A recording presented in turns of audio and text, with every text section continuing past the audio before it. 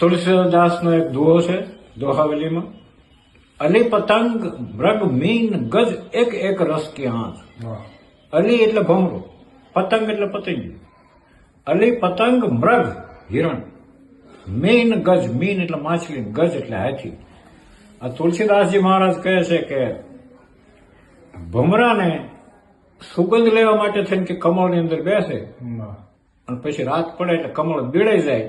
હવે લાકડું ગમે એવું હોય હાગનું તો ભમરો કાપી નાખે, એ કમળ કાપી ન શકે, પછી ગુંગળે ને મૃત્યુ થાય. તો કઈ સુગંધ લેવા માટે થઈને ગયો.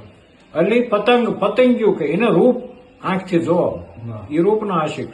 તો કે દીવા ફરતું ફરતું ફરે, એ પાંખ બળી જાય એટલે પતંગિયું મરી જાય.